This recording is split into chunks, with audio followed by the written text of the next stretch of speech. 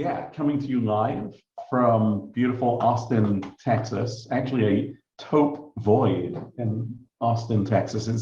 It's very challenging to give these presentations remotely, and so hats off to Matt, because I got to watch this presentation. I really enjoyed it. So good job, Matt. You've left me a tough act to follow, but I'll do my best. So I guess I should introduce myself, as I'll be new to many of you. My name is Richard Ford. As we said, based in Austin.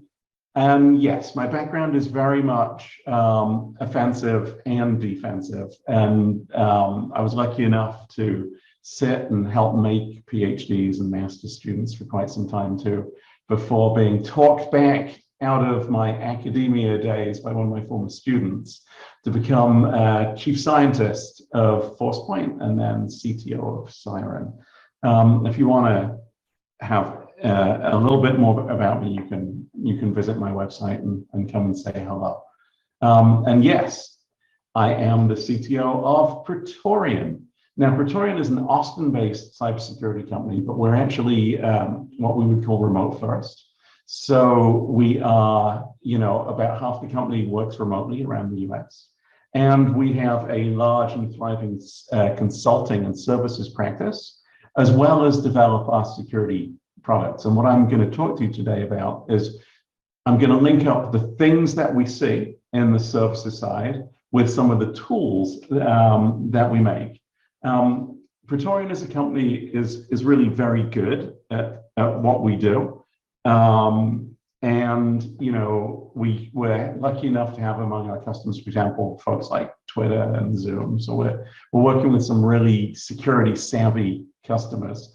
And one of the things that we try and do is work well with the community. So one of the things that we have is a deep commitment to open source. So everything I'm going to tell you about today is basically free. You can go and download it from GitHub. You can play with it. You can tell me you love it. You can tell me you hate it. So it's an opportunity to talk about some of the things that we're doing in the open source world, as well as one of the products that we have that also has a free sign up. And you can read more about all of that at Praetorian. So what are we going to do? Let's take some lessons from the real world based on some pretty high-end security assessments that our engineers carry out. Let's look at how we chose to respond to those, because one thing that happens is you see the same thing again and again and again, right? So, it's one thing to say, oh, we have this command injection. Well, when you see it for the 30th time, you start to wonder, is there a way to automate this? And as part of our services practice, we've built a lot of tooling that we use in our engagements. And now we're starting to open source some of that and make that available to the community. And then I want to close with just a couple of thoughts on what we as a community need to do or could do to perhaps sort of raise all the boats in the security world, because this really is a community. Your problems are my problems, both figuratively and literally, right? When you get compromised because of supply chain, that can lead to a problem for me. So we're all very connected. And so even from a purely selfish standpoint, figuring out how to raise the overall sort of health of the ecosystem is a beautiful thing. So I want to start with a quick caveat. There's a couple of examples that I want to show. The details have been significantly changed because obviously we take client confidentiality very, very seriously. These are real examples, but I decided not to show the actual source code because it's too identifiable. So we're talking through these things at a high level.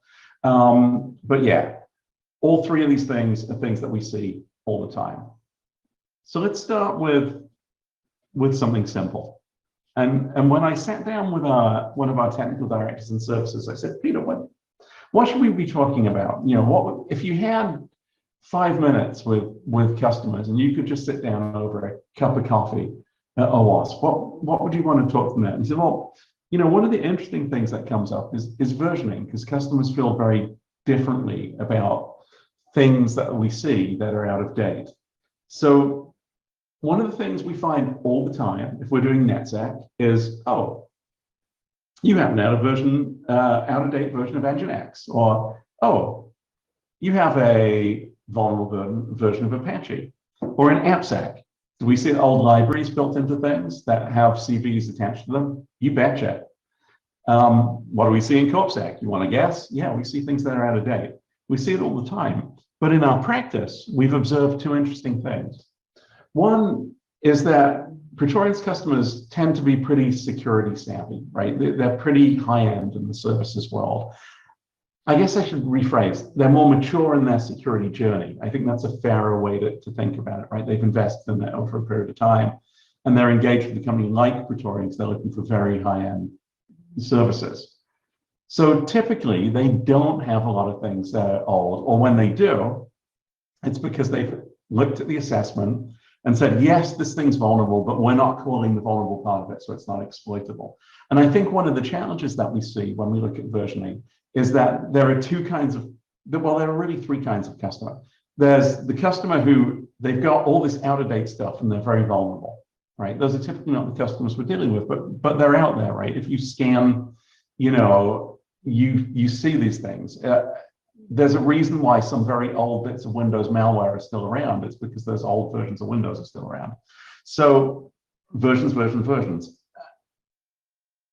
A customer's security savvy, but it doesn't mean they've patched everything. Sometimes they're so security savvy that they patch what matters. They're optimizing for throughput, and that's difficult. So that when you look at something, just because we see something as old and out of date doesn't mean that it's a risk. And it's a problem because when somebody assesses your security remotely, sometimes they're going to ding you. Like if you think about supply chain security, they might scan your environment. And even though nothing's actually exploitable, it can be a problem. The other thing is that generally, even when we see something that's slightly older and maybe vulnerable, we generally don't take the time to craft a vulnerability for it because those vulnerabilities can be very finicky. And what we've experienced is when we show that to a customer, the customer goes, yeah, okay, you ran something from Metasploit. No, it's really not what we did. But, you know, it's not the sort of thing that the customer is typically looking for. And the problem with that is that's anything but a virtuous cycle, right? So a virtuous cycle is when you go round and round it and everything keeps getting better. This is a sort of broken cycle. And I think it's partly broken because the tools that we as a community have don't work very well for developers. If you run Black Duck or DepScan, a nice open source version of things, over your code base, there's a pretty good chance you could be confronted with, I don't know, maybe 1,000 things that are out of date. And that's overwhelming. It's like as a pilot, right? I'll use another pilot analogy later, but one of the things they train you about flying at night, they're like, how do you crash land at night, Rich? Your engine's out, you're going down. What do I do? And your flight instructor say, well, Richard, you descend the best possible glide, you point at something dark, not something that's like a street light. And when you get to 50 feet, you turn your landing light on. And if you don't like what you see, you turn it off again, because you're going down either way. Sometimes when we run these scanners, the results that we get are overwhelming. And that can basically lead to I turned on the light, I didn't like what I see, I turn it back off again. And I think from another pilot analogy, one of the things they teach you is aviate, navigate, communicate, i.e. fly the plane, first and foremost. If you have any spare cycles, know where you are. If you have any spare cycles left after that, talk to people on the radio. It's about priority.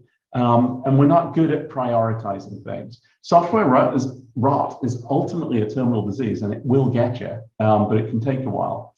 And so figuring out how to break this cycle with customers is really interesting, right? Because I've got very good customers who are very, very smart, saying it's not helpful to know about certain things because we've already assessed it and we know it's not risky.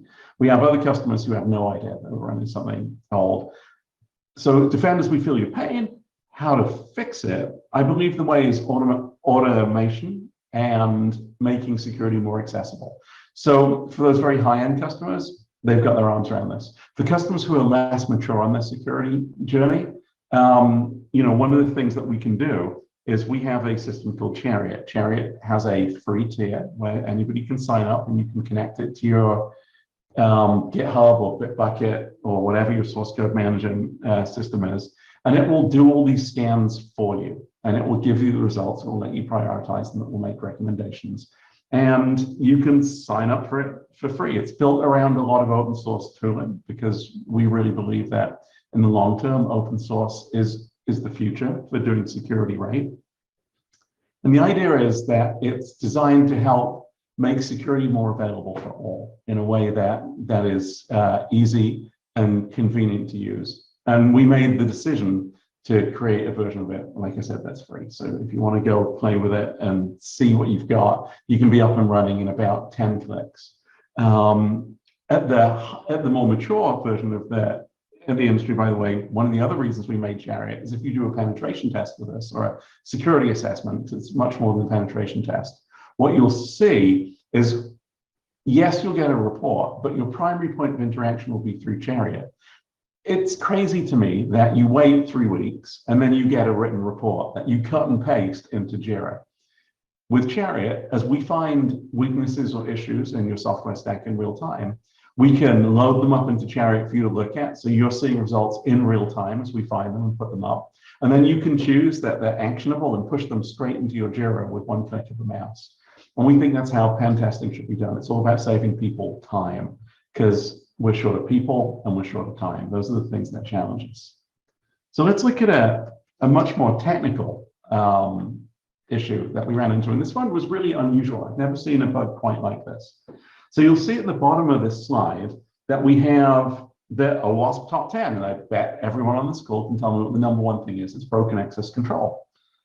And we see it a lot. It's #1 for a reason. OWASP, you're very smart. Yes, it is the #1 thing.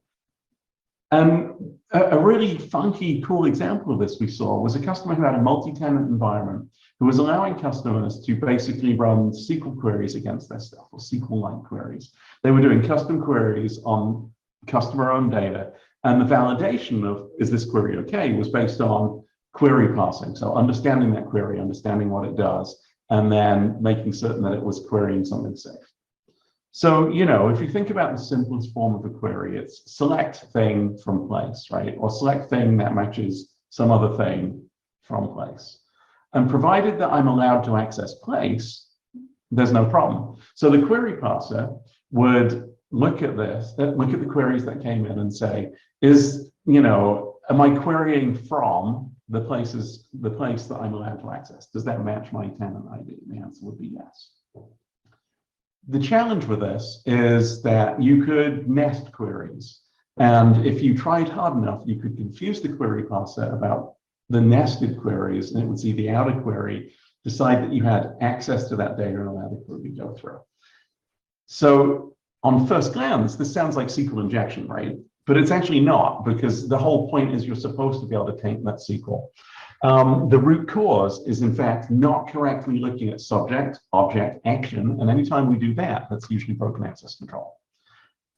The trick is that as we increase the distance between the enforcement point and the policy point, there's more and more room to go wrong. And in this case, the distance is increased by the complexity that's present in the query. It was a really interesting vuln because the underlying subquery was actually from a different system. Which is fascinating. It's one of the few vulns that I've seen that work that way. What's interesting to me is, how do we find queries like this? Well, automation is really difficult for this kind of query because it looks like SQL injection. And in fact, when we built the tool to solve for this kind of thing, we found this as SQL injection, and it's not. But what we did realize is that automation, what we need are tools that are really, really quiet, that are developer friendly. So we built a Go vulnerability scanner that has a very, very, very quiet set of footprints, right? It's called GoCart. It's available on GitHub. It has a pretty permissive license. So, you know, you can go and do cool things with it to your heart's content. And the philosophy is, when we see these complex vulnerabilities, the realization is that you have to catch the simple ones simply. But the current crop of static analysis tools has a really hard time with that because they're not very low noise. And again, just like running a dependency scanner, it doesn't work for an engineer if they keep getting PRs blocked. You need tools that are low noise, easy to use, because we don't need more tools. We need to use the tools we have.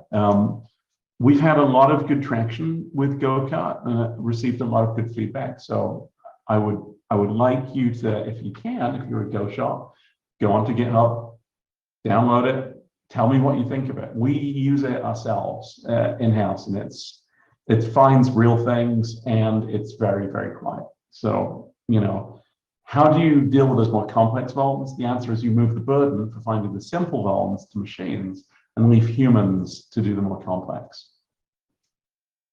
Another theme that we see a lot is vulnerabilities that come around because of new technology. So it's an old vulnerability brought back to life because of new technology. So command injection is a pretty old vulnerability. We all know how it works, no rocket science. But we found some really interesting examples as people adopt Terraform of command injection via Terraform, which was fascinating, right? I generally don't think of Terraform as an opportunity to command inject with user-painted data. But in the real world, we've seen examples where that's exactly what could happen. So one of the challenges with these new tools as they enter the DevSecOps loop is we're not necessarily aware of what best practices are, and we have to learn on the job. So this was a sort of interesting case where a customer was calling local exec with some tainted data. So what is local exec? So we'll go to the HashiCorp docs. The local exec provisioner invokes a local executable after a resource is created. So we create the resource, we create an execution within it in the process running, Terraform, not on the resource. And so this can be very, very dangerous indeed, right? So if the attacker can control any of the parameters, you can exec code in the resource. And this is classic command injection via tainted input. And so the takeaway is, as you bring new tools into your tool chain, right, the moral of the story is as we bring these new tools in, yes, they're incredibly good for helping our security, right? I use Terraform. I love Terraform. I love a lot of the HashiCorp stuff. It's really cool. It allows me to deploy things in a more secure way. But I have to learn all about best practices again for a very complex tool chain. And these are all big tools, right? We're not talking about small little tools. We're talking about very powerful power tools. And so understanding what best practices is difficult. And it's a very difficult learning curve for your developers, because your developers are typically on the hook to develop, not to be experts in security. So when technology is moving rapidly and the places we have misconfigurations continues to rise, I think we do the only thing that we can do to solve the problem, and that's we embrace automation. So one of the things that we do in Praetorian is, as we see new technologies come out, where we see great power for improving security, but also the opportunity to create new vulnerabilities, we create tools and automation to let you know if there's a problem. So I'd like to introduce you to our newest open source tool, again, freely available on GitHub, on Git with a fairly permissive license. It's called Snowcat, and Snowcat is a vulnerability scanner for Istio. Now, Istio is a service mesh, and I won't assume everybody knows everything about service meshes, because not everybody's using them. What a service mesh allows us to do, essentially in a SaaS application that's microservice based, is it allows you to handle all the wiring as infrastructure. So we can do things like engage in mutual TLS, authentication between nodes, trivially with Istio. You can introduce policies that are very fine-grained with Istio. So if somebody penetrates one of your pods, there's only a limited number of places that pod can get to. You can even do it up to and including endpoints. You can do A/B testing very easily with Istio. It's a power tool. I love it. Service meshes are great. They really can help your security, but you can also misconfigure them, right? There's a lot of best practices that are not necessarily well known. So Snowcat will look through your configuration, and it can either do this dynamically or as a static analysis tool, and tell you about places that you may have misconfigured your stuff, right? So it's pretty powerful. useful stuff. And again, freely available on GitHub. You can download it and start using it today at no charge. We're very pleased with the tool. So, some closing thoughts. First of all, how do we get out of security hell, right? Security is really hard. I'd like to tell you that the glass, oh, I have a glass here, and now I will take a sip of it. Now it's in my hand. The glass actually is half full. At the high end of the world, the security is getting better, right? Our best clients, our most security mature clients, are putting up systems that are really very, very difficult to beat and to find weaknesses in. They're doing an amazing job, and we're seeing, you know, a hardening where it is pretty difficult to get in. We still usually, you know, we're like the Mounties. We usually get our man, but it's a lot of work. So things are getting better, but there's a lot of stuff out there, and so it's still pretty easier to be an attacker and defender. So, you know, there's some bright points on the horizon. What's common is common. Do make certain you've dealt with the OWASP top 10. It is not the only thing you have to deal with, but at least, please, if you take one thing away, deal with the OWASP top 10 automatically, right? Use automation to allow your people to do the more esoteric manually. And then I would argue we don't need more tools. We need tools the way that work the way we already work. So here's my security industry analogy. Let's say I made you a 6-fingered glove. You'd try it on and you'd be like, oh, this doesn't fit, Rich. The security industry half the time would tell you to grow another finger instead of going, gee, maybe we could make gloves better. That's not true of the entire industry, right? I'm not tarring us all with the same brush. But there is sometimes a tendency for security to think they have the answer and not listen to their customers enough. So, you know, as a community, how do we solve for it? First thing, expect more from your vendors.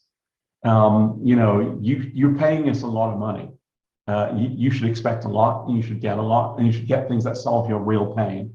But be reasonable about it, right? We're human, we're drowning in security too. But no, really, raise the bar and vote with your pocketbooks. Vote with your eyeballs, vote with your pocketbooks. You have tremendous power as a community to move the needle to shape the community for something better.